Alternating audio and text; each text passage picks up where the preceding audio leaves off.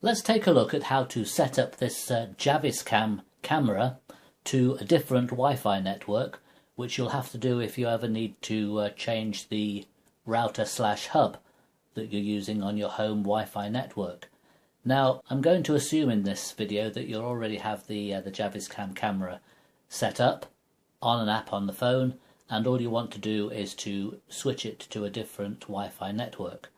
Now, one of the things about this camera is it has to connect to the 2.4 gigahertz band on your Wi-Fi router, and many routers have two bands. They have the 2.4 and the 5 gigahertz bands.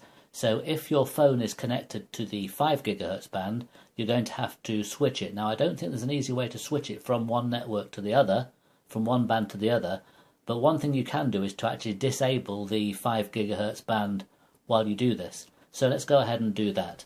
Let's just power up this camera and let's go onto a browser such as Google Chrome, and we'll enter the IP address, the local IP address of the router, which in my case is 192.168.1.4. It may be different for your home network.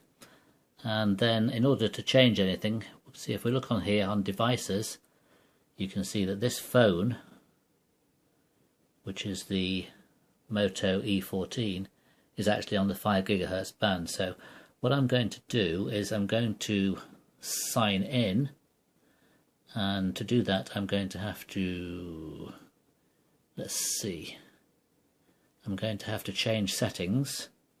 So to change settings, I'm going to have to enter the password in here.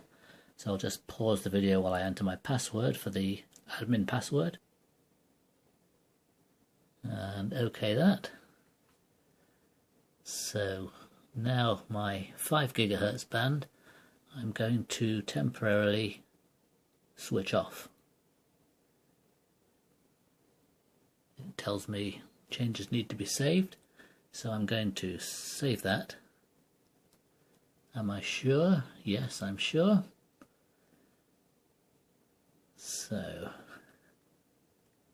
if we go back now, eventually it was playing about a bit there, but now you can see that I have 4 devices on the 2.4 gigahertz network, and those devices will be the Motorola E14, which is this phone, and some other stuff.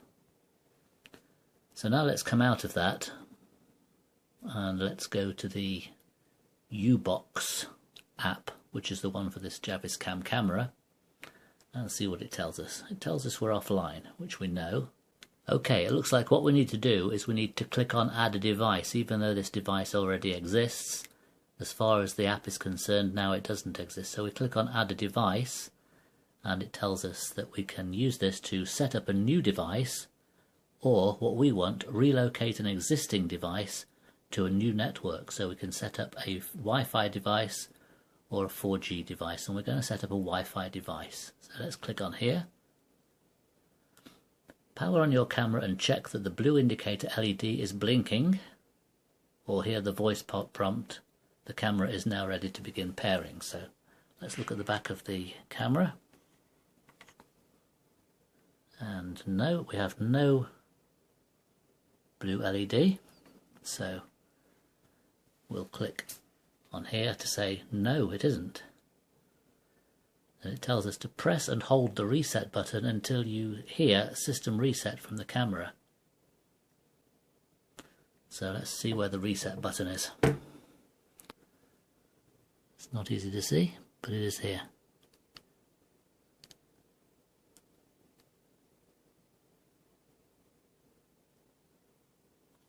Okay, it didn't seem to like having a USB power connector in the back.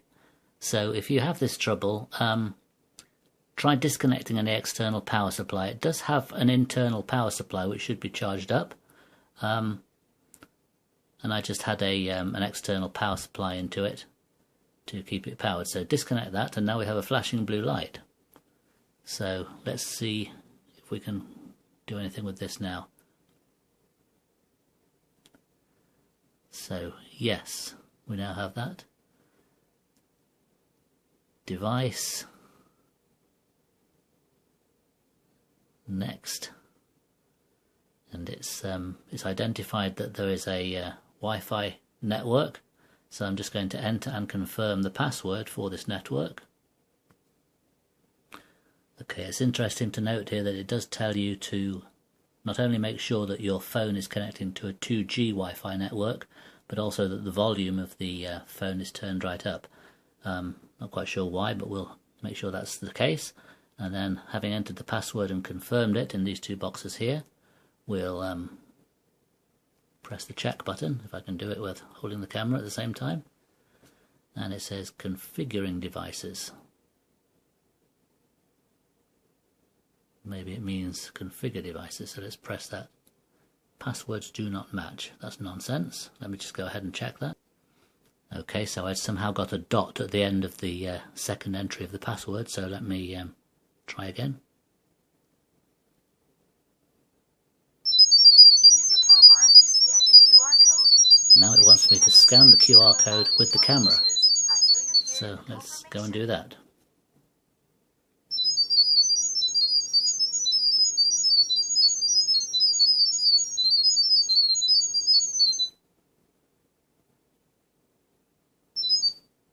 Camera installed successfully. Fully charge the camera at first use.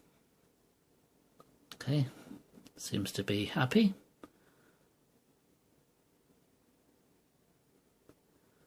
And it's now telling me the camera is online, so if I click this,